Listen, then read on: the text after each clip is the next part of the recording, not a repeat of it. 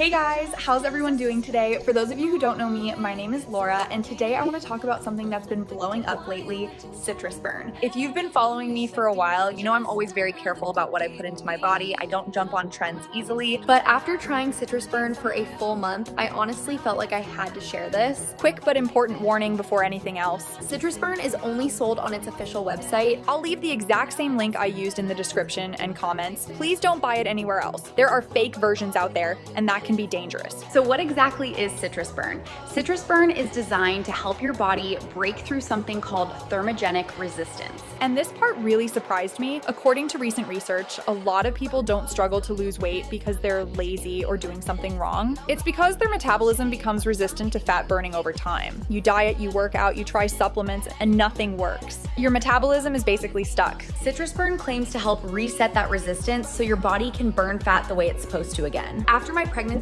losing weight was a nightmare for me. I tried workouts, strict diets, expensive programs, nothing worked. So when I first heard about citrus burn, I was skeptical. But I kept seeing real people, not influencers, getting results, so I decided to try it. I take 1 capsule every morning with a glass of cold water.